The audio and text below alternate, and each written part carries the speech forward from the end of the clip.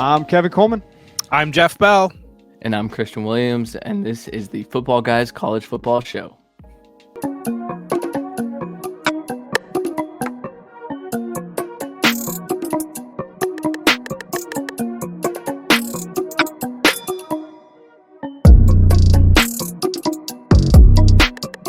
All right, welcome to the show. We're excited. It's the game week. Me and Jeff are fierce enemies. We cannot stand each other normally, so when this week comes, it's even worse. Christian's the mediator. He should be in the middle of the screen here to put us apart. But before we get into the big game and the game that Ohio State can't lose, we got to talk about last week. So USC, UCLA, and one of the biggest games of the year. It was just a lot of fun to watch, boys. 48-45, we talked about the number. I think the over-under was 76.5. It went over that. USC pulled out the victory, beat UCLA. Lincoln Riley's first game. Caleb Williams, superstar, man. 470 yards, 2 touchdowns. Jeff talked about it before the game, said, hey, he could go win out there, win the Heisman. I know Christian's talked about it as well. Jordan Addison, 11 catches, 178 yards. Austin Jones, running back, you got to keep an eye on him from Stanford. 21 carries, 120 yards, 2 touchdowns, transfer from there.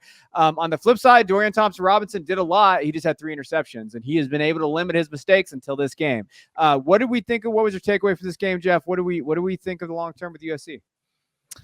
So long-term, my takeaway, first off, if you are in a state that you are allowed to legally gamble, some markets have switched that Caleb Williams is now the favorite to win the Heisman Trophy, and some have not. If you can find a website, if you're on a website that does not have him as the favorite, go out there and make that bet. Caleb Williams won the Heisman Trophy on Saturday night. We've seen in the past where sometimes these votes come in early because some of these voters vote early. And I think that you probably had a situation with some of these Heisman voters where Saturday night was the first time that they sat some time aside to sit down and watch Caleb Williams. He went out there, delivered 500 yards. He really just dominated throughout the game, made every play that needed to happen.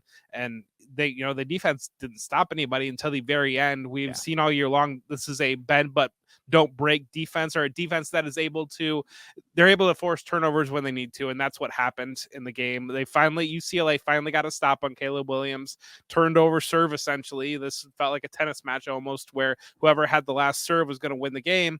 Dorian Thompson-Robinson got the ball with the chance to go down and win the game, and then he threw an interception, and that ended the game. So that was really just a phenomenal back-and-forth game, one of the games of the year. Caleb Williams won the Heisman Trophy in this game, and really C.J. Stroud would need a miracle performance against Michigan, I think, to swing it back the other direction. So, again, that's a great play out there for you if you're somebody that is available and you can get him as not the favorite, because not every book has adjusted and caught up so far.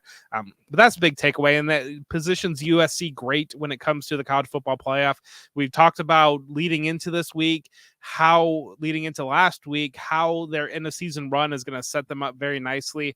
Playing Notre Dame now this week, that sets them up against another ranked opponent, then getting Oregon most likely. There's a chance, I believe, Washington could still get that spot, but it's most likely that they're going to get Oregon in that last game. That will be another ranked team. Right now, Oregon's sitting as a top 10 team, and so it is set up perfectly for USC. If they run the table, they're going to grab a playoff spot. It's set up perfectly for Caleb Williams, who has likely already won the Heisman Trophy, and everything's coming together for USC right now. And to your point, so everybody out there, first of all, I hate you, California, because I live in California and I can't sport bet because you guys declined it. But right now on DK Sportsbook, Caleb Williams is plus 110. So you can still get him out there on DK and all these other areas. Stroud is still a favorite, which I think is a mistake, unless Stroud throws 4 touchdowns against Michigan and has one of these phenomenal games. I think Caleb should be the favorite. So plus 110, you can still get that value. Christian, what was your takeaway? That Caleb Williams is the best quarterback prospect since Andrew Luck, and I am floored by how much talent he has, and I don't even think he's put it all together yet. I think there's still some developing there to do. So to go out and probably win the Heisman as a true sophomore, with some developing to do. I mean, we're looking at a very, very good player. I did want to mention, though, we talked about Dorian Thompson-Robinson a bit. Zach Charbonnet is a guy that has been rising up a lot of boards, and I think rightfully so. In this game, they kind of stopped him, but he averaged 5 yards a carry in his worst game, had almost 100 yards, and he had over 100 all-purpose yards. So this is a guy that I think is going to work his way into day 2 And UCLA has really taken advantage of Charbonnet's talent. I know, in the week of the game, it's always interesting to talk about a Michigan flameout, but he was good his first year, and it's interesting to see his path to the NFL draft. But yeah, I think Jeff's right. I think USC has a really good chance to make the playoff, but there's an outside chance, and we'll get to it. There's an outside chance that they run the table, in my opinion, and still miss out because of where the rankings landed this week. I think that's kind of indicating that there's potential for that to happen. So we'll see, though. Yeah. No, I think you guys hit on most of the points. USC is their offense is very good. That throw, I don't know if you didn't watch the game. I know California game's a little late for you East Coast people, so a little East Coast bias out there. But if you didn't watch the game, there was a throw that Caleb made to the sidelines across his body. Like it was just special. And you're watching it, and like I saw some comments like that wasn't that special. That's why you're on Twitter. But like when you're just looking at it and examples of it, like it was legitimate. Like he makes throws across the field there. Austin Jones, shout out to him. He's gonna be big down the stretch. He's a very good runner, and they're gonna need him. They got a big game against Notre Dame though, so we're gonna see. Notre Dame's a weird team, and so they got to take care of business. But they're on the right track there. Any other takeaways from this game? We're gonna move. Good. Good. All right, let's go over. Oh, man, it's going to be hard for Joe Bryant to hear. So South Carolina beat Tennessee 63-38. And Spencer Rattler, guys, he's back. Spencer Rattler's back. He's about to talk. People about to talk themselves into Spencer Rattler being QB3 of this class. 30-37, 438 yards, 6 touchdowns. He looked phenomenal in this game. I mean, the Wells Jr. had 11 catches, 177 yards. Like Spencer was out there dealing, and you talked about it. You highlighted it on Twitter, but also just in social media. When he's on, he's on. Like these are things that popped off the tape when you watch Spencer Rattler, and he was on against Tennessee. The big, I think, storyline is Hendon Hooker, and 247 yards, 3 touchdowns, but he tore his ACL. And I highlighted him in the big board this week, and I said, hey, this is probably it for Hendon Hooker. I know that when we're talking about him as a prospect, he's an older prospect. He's 3 months older than Justin Herbert, which in retrospect is crazy to think about.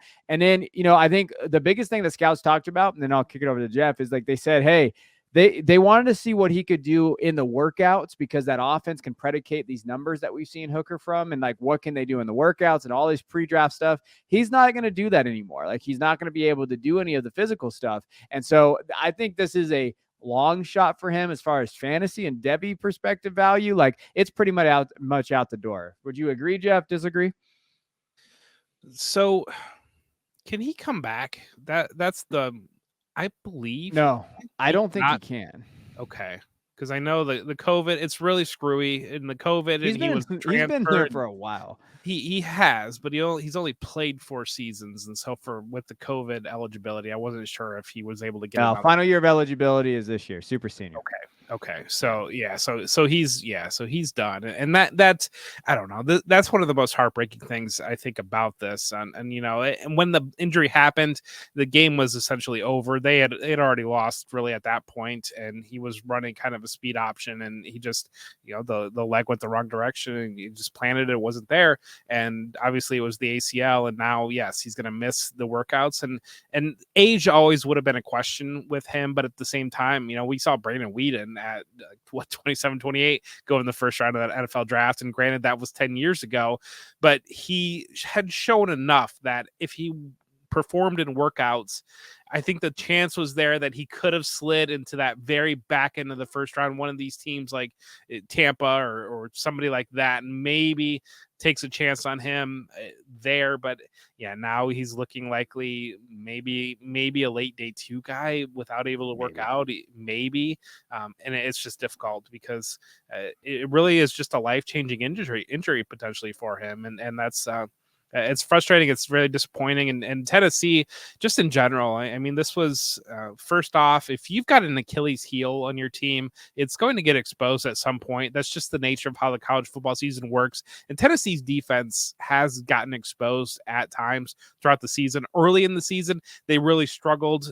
You go back to that Pittsburgh game. They couldn't stop Pittsburgh in that game. And that was a back and forth game. And obviously, if Pittsburgh wins that game, the whole narrative of the story would have been very, very different. But then they clicked in. They were playing very well, but they couldn't really stop Alabama. That was a back and forth game, and then they couldn't stop Georgia. And then now in this USC game, they couldn't stop South Carolina. And really, South Carolina was at one point in the game, they were running the exact same play over and over again. They were running this deep crosser to Juice Wells coming across the middle, and Rattler was doing this deep drop, and he was hitting him in the whole shot where the safety was gone every single time. And it was just wild to see that when they broke down and showed that.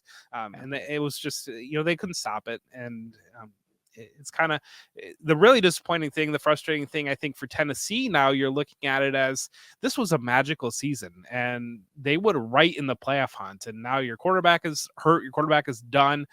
And because of the way that the college football rules are, the New Year's Six rules are, if they are ranked lower than Georgia, LSU, and Alabama, when it comes down to bowl assignments, they're not even a New Year's Six team. Like they're going to like the Outback Bowl, I believe it is. And so it's just, or that maybe the Citrus Bowl, one of those bowls.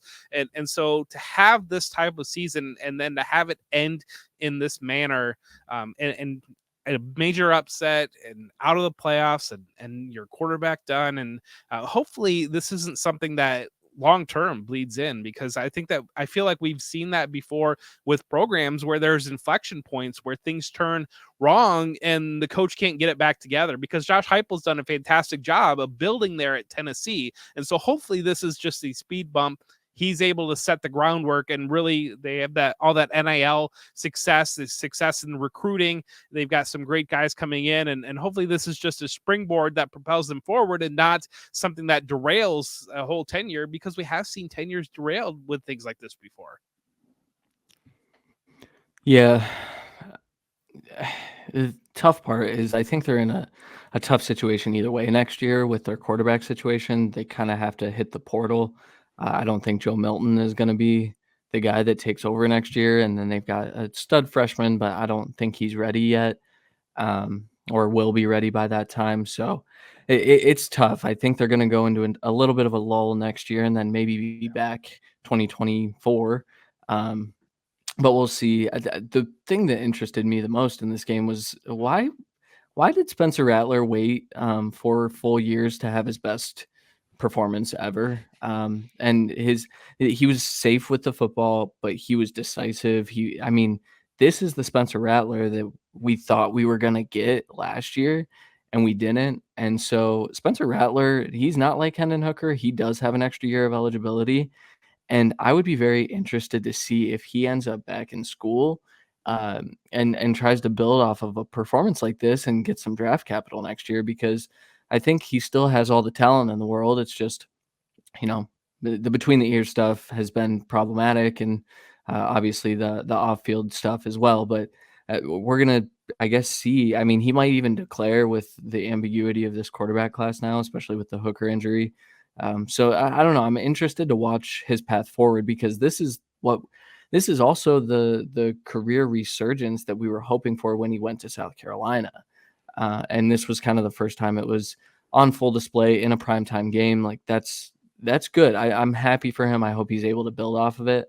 But yeah, and then on the Tennessee side, getting knocked out of a New Year's Six bowl, very unfortunate. But like you said, Jeff, like the Achilles heel stuff, that defense was problematic for a long time, and it just came back to bite them. I think we see that a lot in college football, and it just happened to Tennessee this year.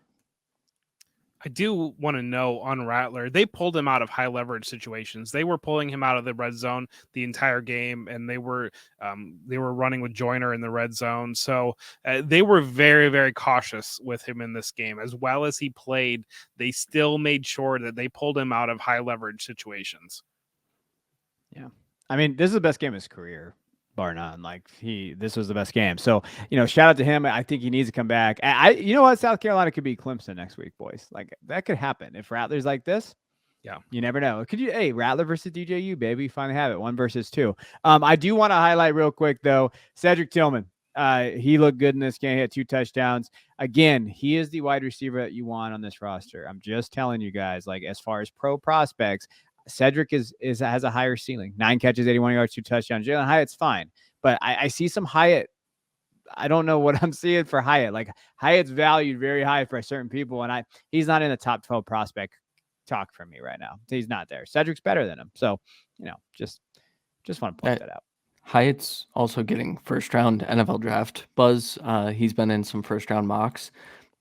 That's not going to happen, I don't think. And if it does, there's your bust. That's the guy that you stay away from, I think. I don't think he's going to test good enough from like an athleticism perspective. He's going to run fast, but I don't think he has the lateral stuff. Like I don't see the lateral agility. I don't see any of that kind of stuff that's like it's going to pop off. He's not a Olave. He's not even Tony. Kadarius Toney. He's not that. Like he's specific role in there. So all right, before he's a poor man's Jalen Waddle or I don't know that he's even Henry Ruggs. It's that's a good comp. That's a good comp. Yeah.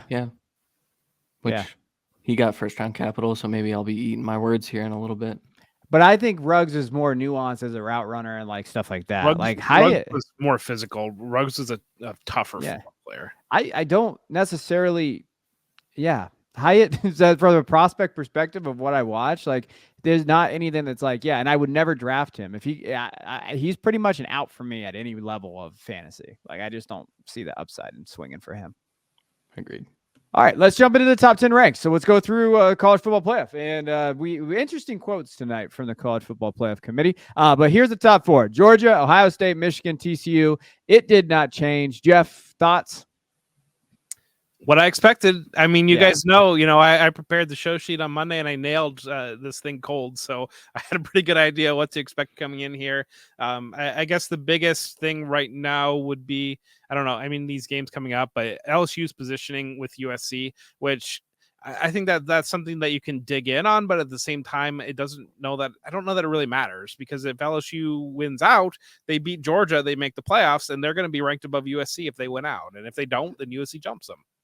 Yeah. So let me go over the top 10. So before we get into that, because I know Christian wants to talk about LSU and USC. So LSU is at 5, USC is at 6, Alabama's at 7. Look at Alabama. Look at the cockroach creeping up there. Clemson's at 8, Oregon 9, Tennessee 10, and then Penn State for no reason whatsoever is at 11. So those are our top 11.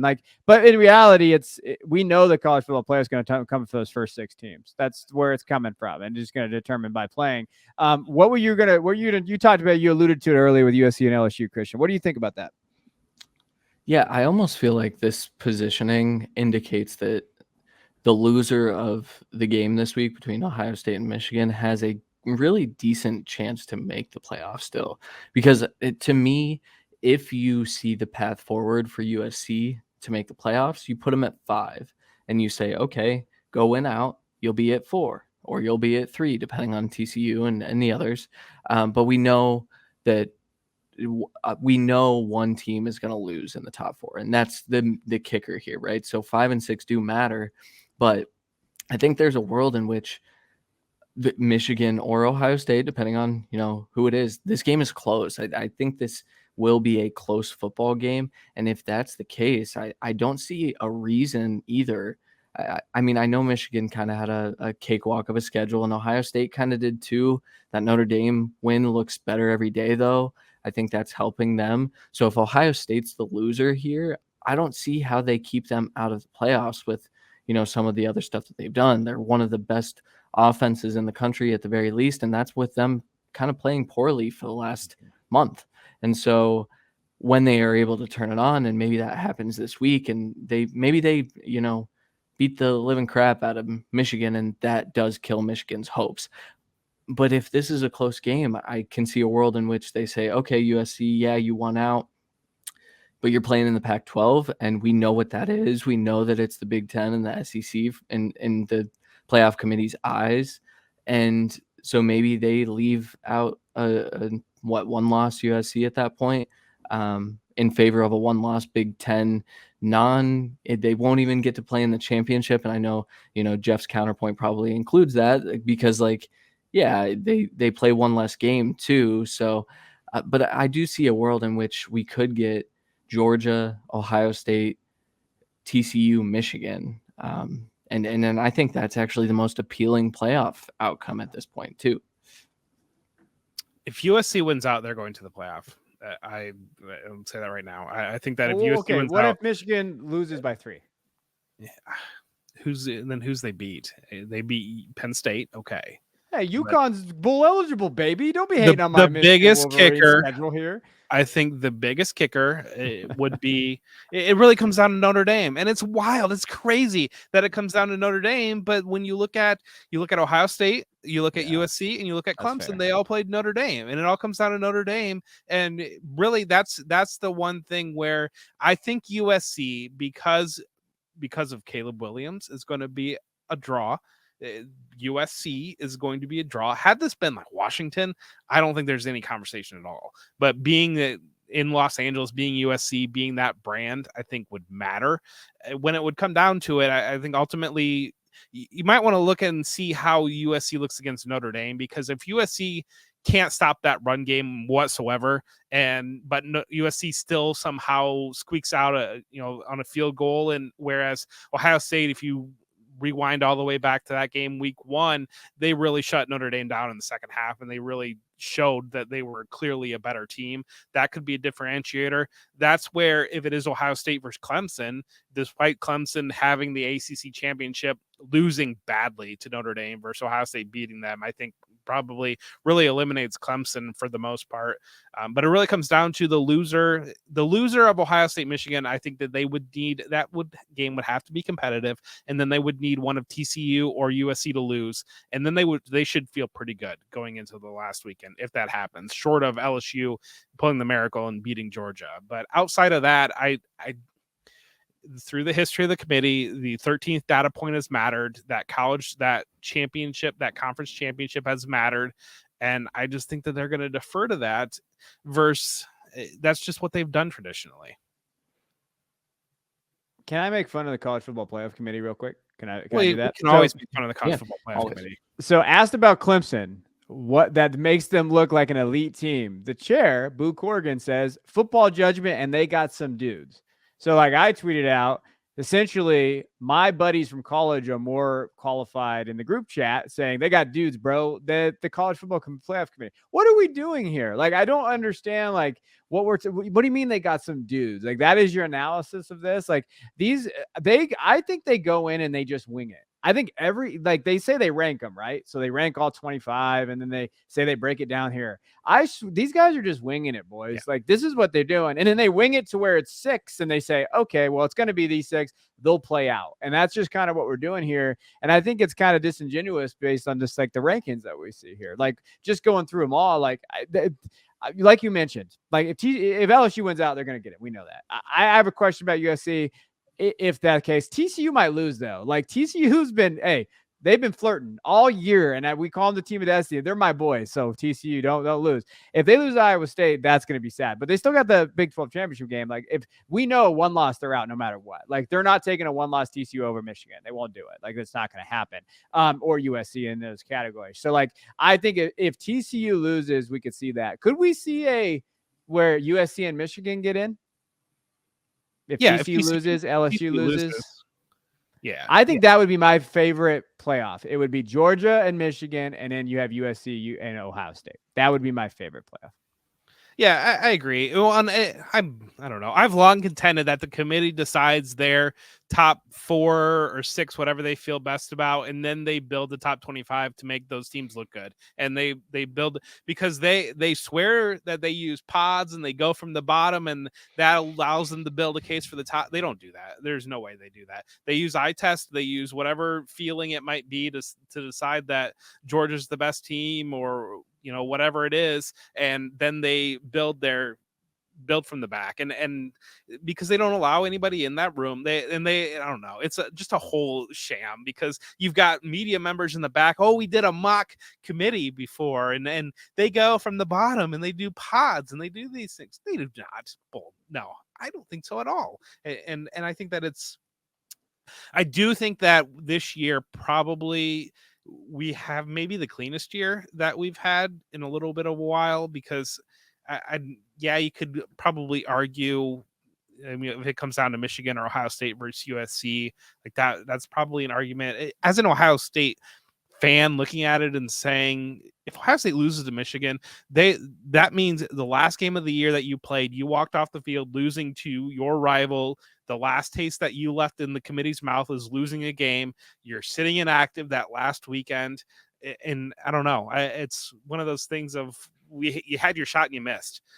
Versus, I think some of the other versus like a USC where they had that one loss to Utah, and that was a difficult situation. That was a very hard game on the road, and that was a final second score where Utah knocked them off. And so that's kind of where I sit on that. Just that you've got the chance to build your resume. You walked off with a loss, and it's a. But the comments in Clemson, I don't know. They make it too hard on themselves. Just say Clemson has one loss and everybody else has two losses. Like is ESPN gonna fight with that and gonna argue with that? They'd be like, that's fair. I mean, they have one loss, everybody else has two losses. Sure, I get it. The 14th data point is do they have that dog in them? And then the committee of voters, they say yes or no, and that's how they rank from there on.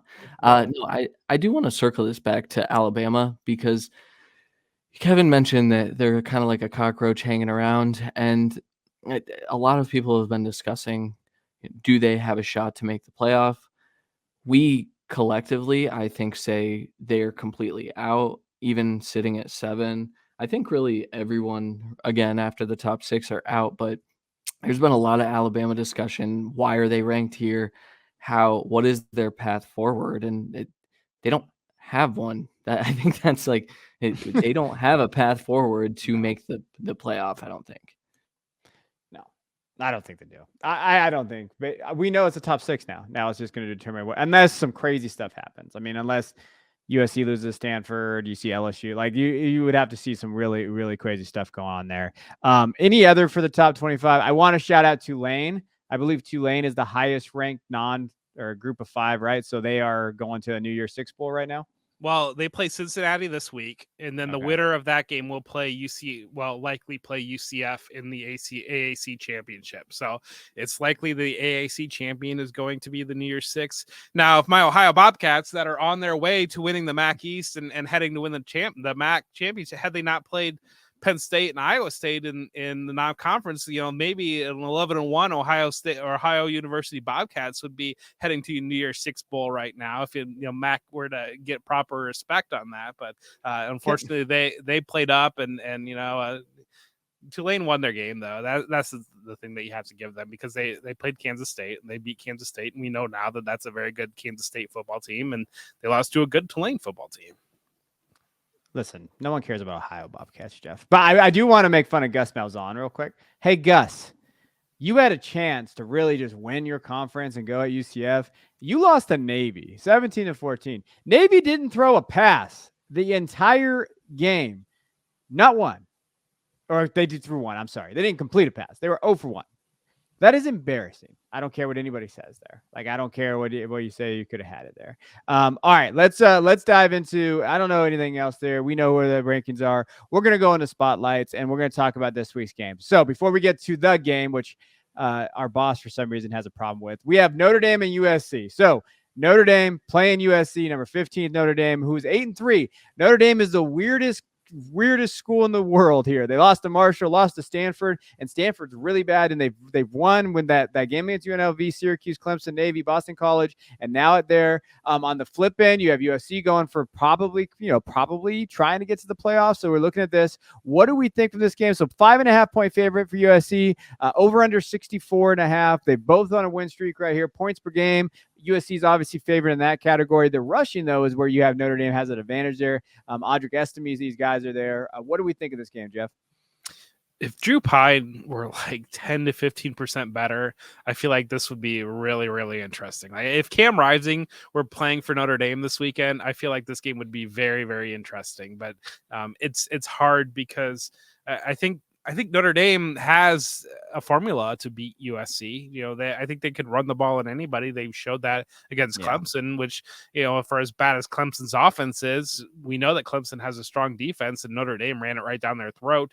We know Notre Dame plays excellent special teams. I believe they've blocked 8 kicks this year, maybe 9 kicks. And I know that they are leading the nation in that stat. They have done a fantastic job with that. But it's in order to block a punt, you need to get Caleb Williams into a punting position. And, I think that's a double-edged sword. It's just hard to get him to a punting position, much less the opportunity that you create an instant turnover like that.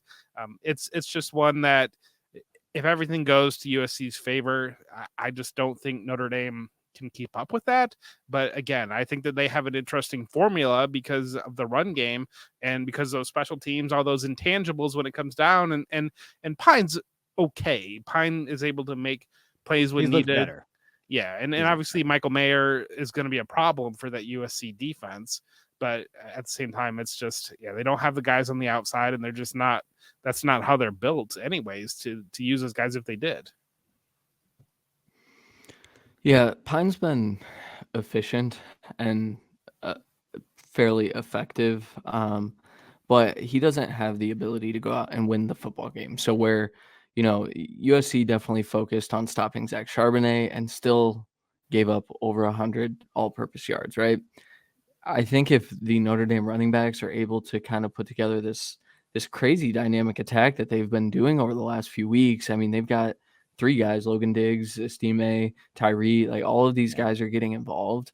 And that is the identical recipe that UCLA was going to try, I believe, before obviously they focused in on Charbonnet. So I think Notre Dame has a shot to win this. A couple weeks ago for the Footballguys College Football Roundtable, I wrote that this was my sleeper potential upset a couple weeks out. This was before the USC UCLA game, in which they did kind of slow Charbonnet up as much as they possibly could. Now, I say that Charbonnet was getting almost 200 yards on the ground, and so if USC is even able to kind of pen up that run game just a little bit, I do think that they come out on top. But I think this is going to be a competitive football game, which again may hurt their playoff chances when it comes down to it. No, you guys hit on the head here. I think rushing attack, how that looks, where it comes from, if Pine makes mistakes, but I think it's gonna be very close. Like USC is gonna have to earn this victory out here, and again, to Jeff's credit, like that schedule, it's gonna help out USC if they can win this game because Notre Dame, where they're at, like 8-3, they're really competing. And shout out Marcus Freeman. He turned that thing around. It looked pretty bad there for a second with all those stuff that you're looking at. I'd be interested in seeing that. Will Notre Dame be a quarterback? We talked about it on our Patreon episode, but just are they going to be in the transfer portal? I saw Drake May get floated out there. Like, oh, maybe that's probably not going to happen. But you look in these other areas, like, could you imagine if some of these quarterbacks jump there? But shout out Marcus Freeman, playing well. We're going to get into our game pick for that one. We'll get into the next one. All right, let's talk about the game. So Michigan, Ohio State. All right, so 7.5-point favorite here from Ohio State. We've seen the number kind of flip a little bit. Over under 56. It's going to be cold. What's the weather like out there in Ohio, boys? It's cold. It's cold. Thank you. It's warming up, but there's supposed to be showers here on Saturday. Okay. On and off. So I don't know. So CJ Stroud's small hands. That I'm just kidding. I don't know if he has small hands. All right, so about 50 degrees and 40% chance of rain on Saturday. Okay, so that's good. All right, I like that. I like those odds for Michigan. All right, so let's go through the numbers real quick. Ohio State 46.5, Michigan's 39. So you know what? They're scoring pretty well together in terms of like their offenses. Their defense is where it's at. Michigan's only allowed 11 points per game, but their defenses look good. Ohio State's defenses look way more improved than they had last year. 16 points per game. They get after it. Their numbers measure up pretty well with each other. Like these teams are very, very dominant. The only thing that Michigan does a little bit better is rushing offense or rushing defense. They only allow 80 yards on the ground, and I think that's a key. I think to focus in on what is that? What is Ohio State's rushing attack going to look like? Everybody's hurt in this game too, boys. Like we don't know. There's questionable. Like I've been on Reddit message boards looking all today, seeing, hey, is Corum playing? Are these guys coming out there? Because I'm gonna tell you right now, if Blake Corum doesn't play, Michigan's not going to win. Like, I just cut and dry, in my opinion. And I'm not trying to jinx it. Jeff always thinks I try to jinx these things. Like, if Corum's not out there, our offense isn't going to be capable. And Edwards is banged up, Donovan Edwards. So CJ Stokes going to be the guy? I don't think so. Like, that's going to be a problem. If JJ has to throw the ball, we are going to be in trouble, and it's going to be a boat racing. So let's go to Jeff. Jeff, what do we think about this game? If Ohio State's not motivated to beat Michigan after losing last year, then they just have the wrong dudes. That's part of it. I think it was interesting to see what Illinois was able to do against Michigan really through that game, and particularly in the second half, where they were able to completely shut them down outside. Now, I think Illinois probably has better corners than Ohio State does, but I think that Ohio State is better at every other area on defense than Illinois. And it's going to be, if Michael Hall is able to play in this game, that could be a real key for Ohio State to win that middle of the line. And JT Tumalau and Jack Sawyer getting pressure off the edges there. And then Christian's been on him for a minute, but Tommy Eichenberg in the middle there, I think they can shut Michigan's offense down. I really, really do. And it's going to come down to, and the interesting thing about Ohio State this year is that if you're somebody that hasn't been paying attention to Ohio State, they have not been winning these games based upon the offense like they did in the past, the last couple of years. This has been a defense-driven football team with defense and special teams, and they have really dominated on that side of the ball. They haven't been really put in, other than the Penn State game where the defense really won that game, they haven't been put in awkward positions from the defense. It's all been, and I guess Maryland a little bit. Maryland stretched them a little bit, but we see Talia Tagliavola like played fantastic in that game, and we've seen him at times throughout his career play in moments like that, and so that was the big takeaway there. But he's a better quarterback passing the ball than JJ McCarthy has been, so it's interesting to see some of these things here. But I think that Ohio State's defense has the capability to stop Michigan. And I think last year, when you really look at that game, they couldn't stop Hassan Haskins. And I don't know that Michigan has, as good as Corum has been, I don't know that Corum, injured or not, is able to really do the types of things that Michigan's run game was able to do, take advantage of on Ohio State last year based upon the improvements in this defense. And then when it comes down to Michigan being on defense, they no longer have Aiden Hutchinson and David Ojabo coming off the edges. They have good players on the defense, certainly, but Ohio State's not been productive to the level we expect. I would still give it Michigan an advantage when it comes to the lines, probably definitely on the offensive line. I think Michigan has a better offensive line than Ohio State. Ohio State's offensive line has really, really struggled this year, and they've struggled to get push against even Maryland, Indiana, some of these teams. But some of that too, I think, lands on the running back production and what's been happening with TreVeyon Henderson in particular, where TreVeyon Henderson, if he's not getting the hole, if it's not wide open, he's bouncing every single thing outside, and you just hate seeing that because it's really putting this offense behind the chains far too often. And what happened in the second half of Maryland, he went out in that game and Dalen Hayden came in and he just really got what was blocked, and he started to create positive game scripts, and he no longer put CJ Stroud back there and in a difficult situation where he's trying to convert on 3rd and 9 or 3rd and 12, whatever it might be, because the offense has lost early downs. I think they're a recipe for this game of Ohio State, everything just clicking, and Michigan just can't keep up at all. But I think there's also a recipe for Michigan dominates up front. Ohio State's not able to run the ball. CJ Stroud's uncomfortable. Michigan's offense is able to do just enough. And, this is a rivalry game. Yeah. Don't be shocked if Hayden is the starting running back for Ohio State this weekend. He earned it. I think as I go through this game, everyone is an X factor. Blake Corum's health, X factor. Blake Corum's performance when he's out there, also an X factor, because I do think that Ohio State has done the introduction of Knowles into this team is specifically tailored to win games like this. And we've seen it throughout the year. Their defense has been more impressive to me than their offense at times. With Hayden kind of taking the reins and kind of, taking what's there from that Ohio State offensive line, which I would still deem very soft and have been underperforming. That's where I get nervous. I think if Michigan's able to kind of pen up the run, we know what CJ Stroud has done or not done in those situations. I'm also intrigued. We have not heard anything about Jackson Smith-Njigba being ruled out of this game. I don't think we will hear until about 20 minutes before game time. But I think he's playing in this game. And I think that could be the X factor, unfortunately. Unfortunately for Kevin, I guess fortunately for Jeff. But and then on the other side, you can also say JJ McCarthy is the X factor, because if Ohio State really narrows down in on the run, can JJ go out and win a game? We don't know. No. We say no, but we have never seen him have to do that, I don't think. In terms of start to finish, can you win us the game? I don't think he can. I think you're right, Kevin. I think that's where Ohio State has the advantage, is you stop Corum, you stop this rushing attack, and that's the game probably. So it's going to be another. I mean, this is a big game for a variety of reasons, but if Ohio State loses, Ryan Day shouldn't feel like his job is safe. You can't lose to Michigan 2 years in a row. That just doesn't.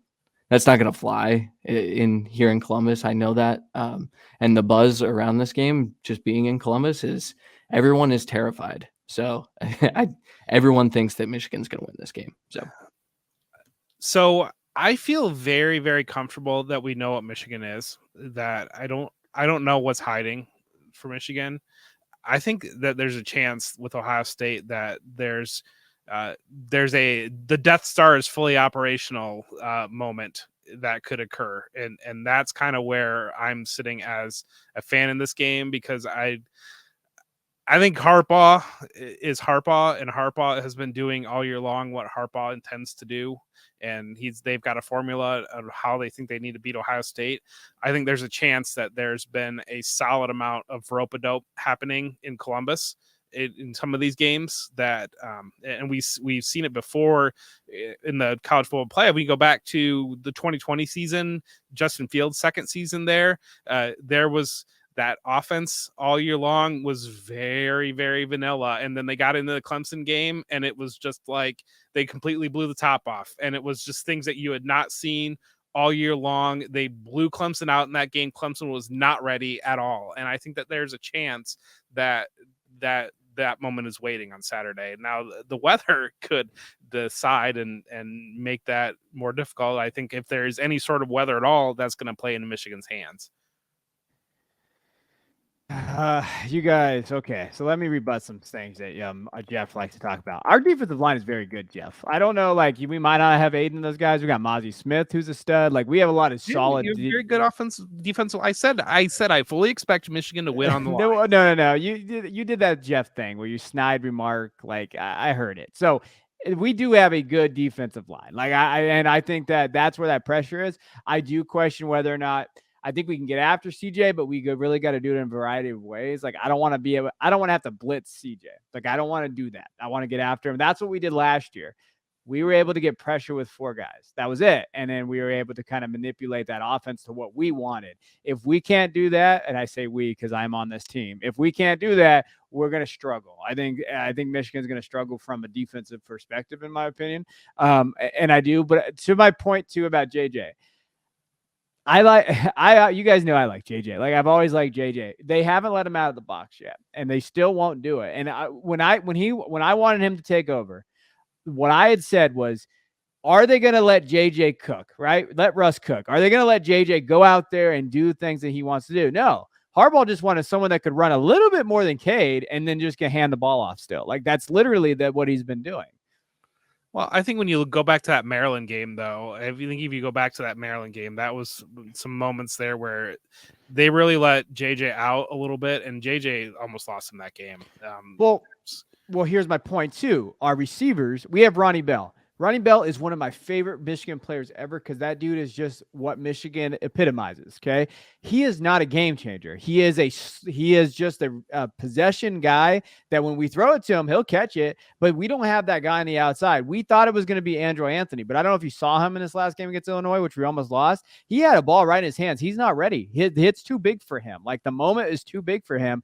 Cornelius Johnson has not been good. Roman Wilson's been banged up. I like Roman Wilson, but none of those guys are like, oh, yeah, they can do that for JJ. They can get him out of spots. CJ is born on third base. He's got Marvin Harrison Jr., Jackson Smith-Njigba. He's got all those guys on the outside. Sorry, Emeka Egbuka. He's got all those dudes, and he's able to kind of get away with things that JJ's not going to be able to, and that's not anybody's fault. JJ's got to play a perfect game if that's the case. If Corum and these guys are out, he doesn't have the dudes. And when Luke Schoonmaker is your second leading receiver, that's a problem in terms of this offense. Because I'm going to tell you the one option route they have for him. It's a play action boot with Schoonmaker going to the flats, and they do it all the time. I've seen it 75 times. That's their best play in the passing game. That's not going to do it, and that's why I hinge on this is going to be a struggle for them. But go ahead, Christian. Sorry. I was just going to say, Jeff mentioned, maybe the Death Star is fully operational. Maybe that is Michigan's iteration of that is we've been holding back what JJ's doing because we know that he can do it, but we don't want to show our hand. I think we could be seeing a little bit of that. And again, like you said, there's a chance that he just has to do that. And I don't think that's the best strategy with a young quarterback. I think maybe for Ohio State, when they're very confident that, again, they do have dudes. I think you made a really great point there, Kevin. Like CJ can be terrible in this game and Marvin Harrison can bail him out. And Michigan doesn't have that type of player. And I think that that's traditionally what has separated these two colleges or these two universities, right? And football teams over the last couple decades, honestly, or pretty close to a couple decades now. So, yes. I think that's where you give the benefit of the doubt that Michigan might have something up their sleeve based on what happened last year. But if Michigan doesn't win last year, we're talking about this game as same old, Ohio State's going to win by 20. And so that's where, I think that context does matter as well. Because if Ohio State wins this one by 20, are we back to that? Or is it still, okay, Michigan's got a shot every year because of what Harbaugh has built? I don't actually know the answer to that just yet, but I'm intrigued to see how it plays out. Ohio State's team last year had systematic failures that had plagued them all year long that came to head in the Michigan game. And Michigan's not as good a team this year as they were last year. I'm not saying that you don't have guys. Michigan's not as good a team as they were last year. Well, here's what I would argue. I would argue Ohio State has some failures this year too. Like they have not looked perfect. And I would argue that their defense has looked better than their offense at most of the year. Absolutely, it has. So it's a defense-led team, but that's a scary thought. It's a scary thought when it's a defensive-led team to know what the capability is there on the offensive side. And I do think that Jackson Smith-Njigba has been a massive key for Stroud's comfort, where they don't have that guy. That what they did a lot with Jackson Smith-Njigba was, the tunnel screens, those types of things, where they got the ball in his hands, and we've seen that's not Marvin Harrison Jr.'s game. He can do it because he's exceptional. He's probably one of the best wide receivers that college football has seen in a long time. We've seen Emeka Egbuka has struggled with drops, and it seems like when you're putting Egbuka in those types of situations, his mind gets going faster than his hands do, and he ends up dropping the ball. He's worried about what he's going to do after the catch. And then Julian Fleming looks like he's playing defensive back half the time, and so that they're really lacking that guy. Yeah.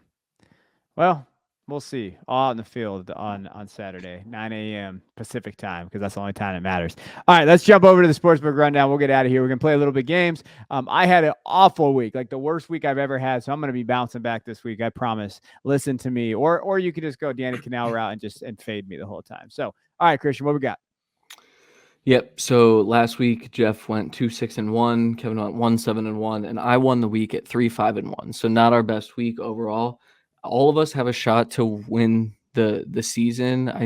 We do this through the national championship game each year. We kind of compete against each other. We all are very much so in the running right now. And we've got a ton of games to pick. So we're going to go pretty quickly through these. First one, we're picking Mississippi State at Ole Miss. Ole Miss is a 2-point favorite in this one. Kevin, where are you going? Yeah, this is tough. Ole Miss is coming off 2 really bad losses, especially last week. But I'm gonna go Ole Miss in this one. Okay, Jeff. I'll go with Ole Miss. I think they're a better football team than Mississippi State. As much as I want to go with Mississippi State, the distractions around Ole Miss, I'll go with Ole Miss. Yeah. I am also going to go with Ole Miss. Ole Miss had 175-yard rushers last week. Yards. I think they were both over 200 yards. I know Zach Evans got close. I think he had one called back for penalty, so it might have knocked him down to like 180 something, 190.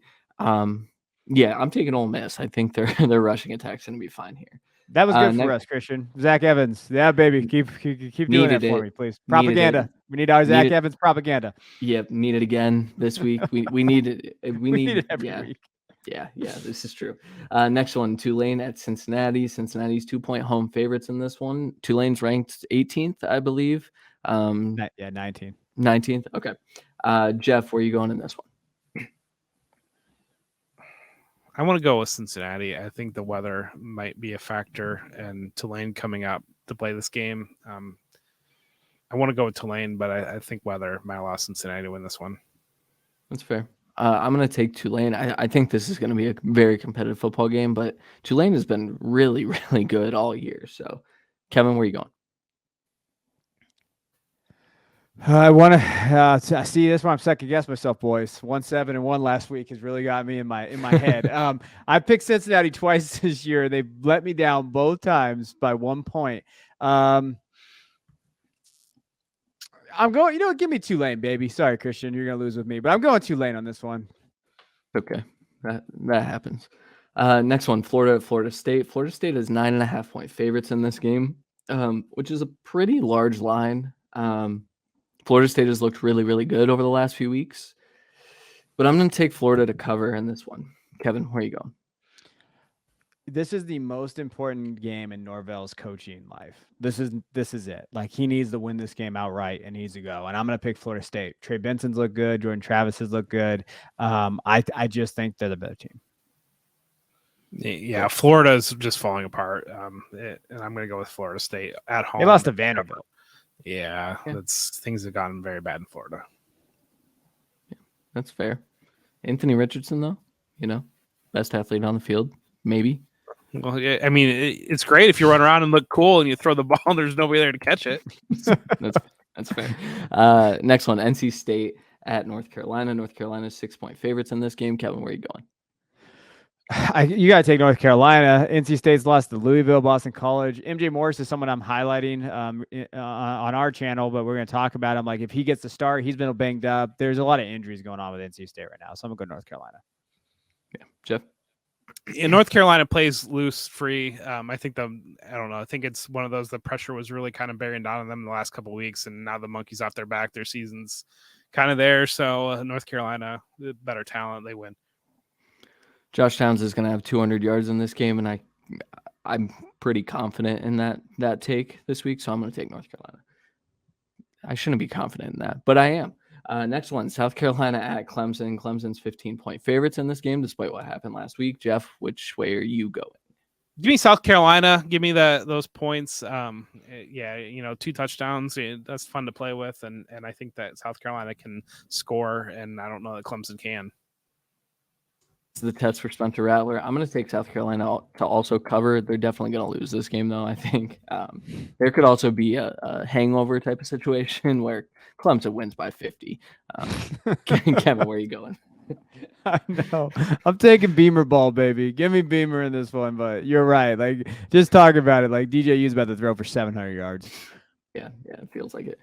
Next one, Georgia Tech at Georgia. Georgia's 35.5-point favorites in this game.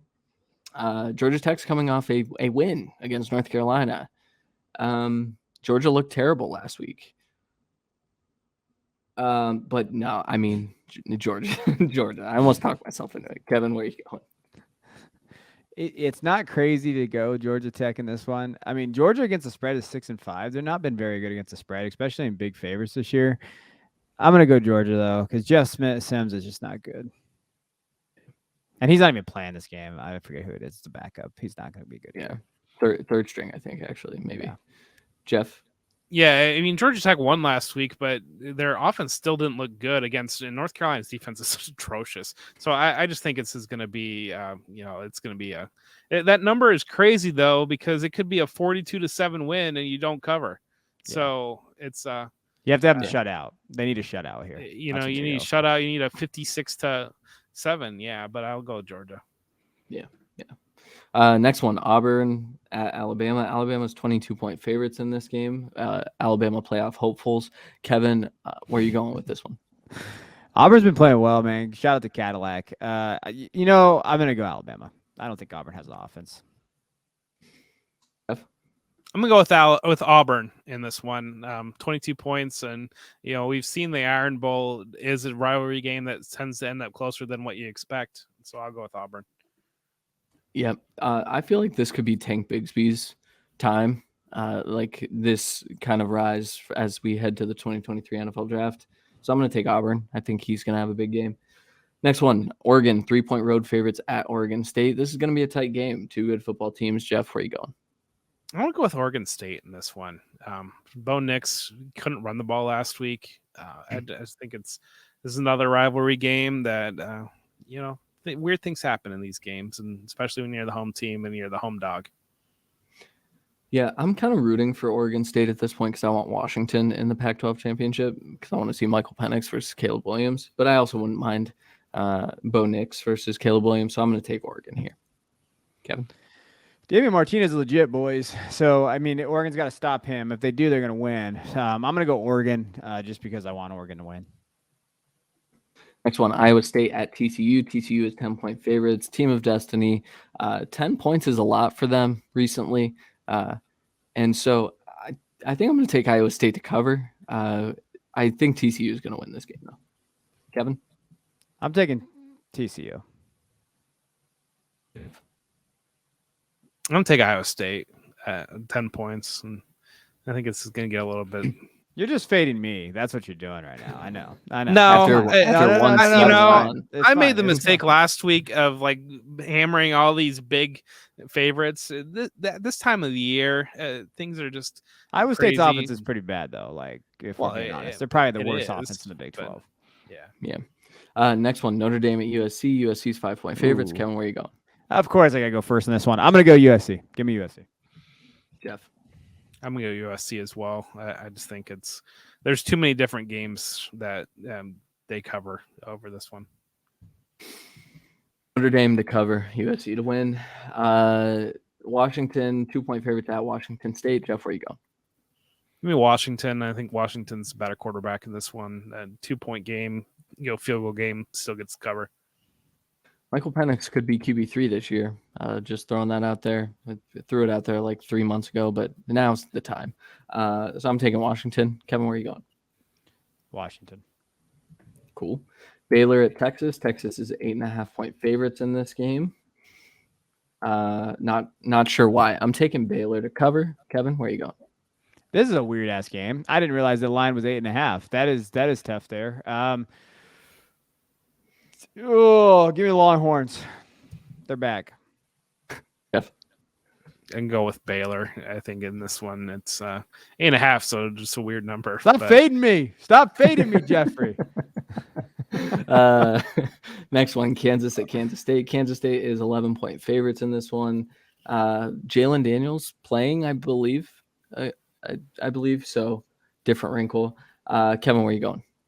I don't know, man. I stopped caring about Kansas when Oklahoma beat him. Lance Leopold coming back, by the way, contract extension, so he's back there. Kansas State. Jeff? Yeah, Kansas State, controlling their destiny for the Big 12 title game. I'll take Kansas State. Kansas State to set up the rematch against TCU, which is fun. Last one, the game for Michigan at Ohio State. 7.5-point favorites to the home Buckeyes. Jeff, where are you going? Michigan. It's 7.5. I'll go with Michigan on the number. You son of a gun. You can't. No. You're not allowed to do that. he already did. I'm taking Michigan as well. Okay, what is happening here? Listen, I've been on this. I've been prepping you for this for months. Ohio State minus 7.5. I'm gonna go take the favorite. There you go. Yeah. Little gamemanship going on here. And It's that'll real just scared of split that us triple up. X there. I'm going Ohio State. I honestly though, like if I was to take my fandom out of this, that would be my pick because I think Ohio State's offense is too good. All right, let's go over to the prospect poker. We're running a little long here. It's all right. You know, we just do what we want here. The rules of the game are simple. We're gonna play poker. We're gonna give you over unders on the prop bets here, and we'll go through. Jess 14-10. I'm 12-13, and Christian's 12-11-1. Christian, what are your over for this week's games? Quinshon Judkins over 120.5 rushing yards. Ole Miss is going to run for 300 yards in this game. So Quinshon will get 121 of them.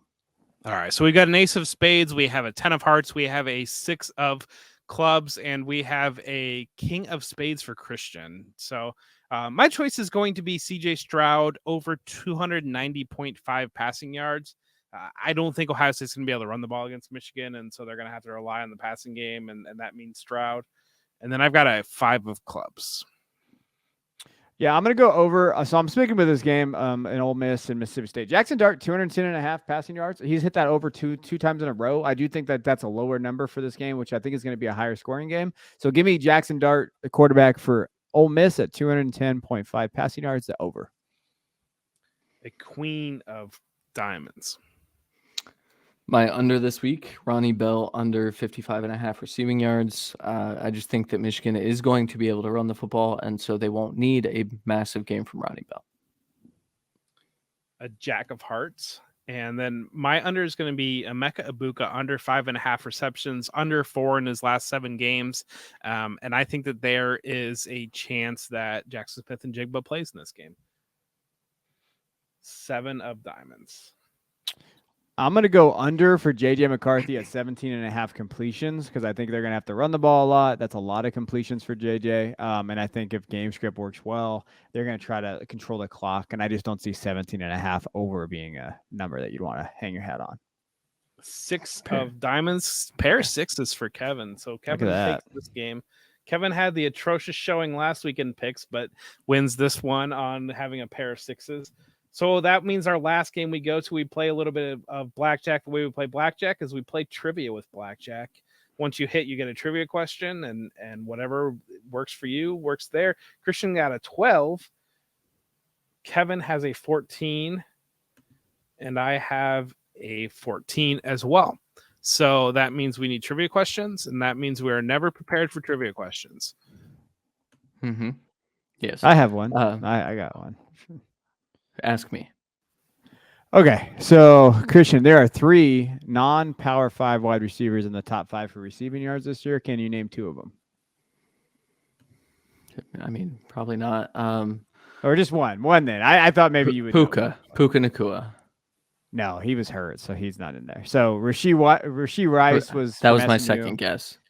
Yeah, 1,200 yards. Nathaniel Dell 1,100 yards, and then Keelan Stokes from Tulsa at 1,100 yards. Okay. I busted. Ooh, you busted. That would have been nice. All right, Kevin, I've got a question for you. Who leads the NCAA in passing attempts? Passing attempts? Yes. Austin Reed? Austin Reed is 3rd in passing attempts. Is it Rogers? Will Rogers is 1st. Damn it. Mike Leach is quarterback. Yeah. I thought it was one of them. Okay, so you'll need another question. Kevin, who is the QB1 in NFL fantasy since week 5? Justin Fields. Yep. Every week, I'm telling you, you busted. Kevin busted. That means we split the games. We went 3 ways. Who won last week? I think I won. Did I win, or did Kevin win last week? No, you won last week. Okay, cool. That means I won this week.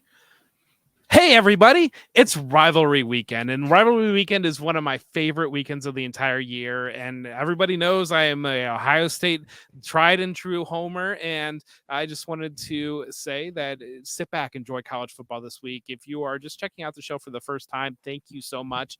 And if you are trying to get into college football, let us be your guides and go ahead and enjoy this weekend. Enjoy this weekend of football. And I cannot believe that we are at the end of this season. It goes entirely too fast. But it is great to be here as always, and great to be at Rivalry weekend. Well said. Did you like Rivalry Week last week or last year or no? All right, next week we'll be back November 30th, 3 p.m. Eastern, getting you ready for conference championship weekend and talking about a little bit of Bulls. We got our first Bull out here too. So until then, I'm Kevin Coleman. I'm Jeff Bell. And I'm Christian Williams, and this is the Football Guys College Football Show.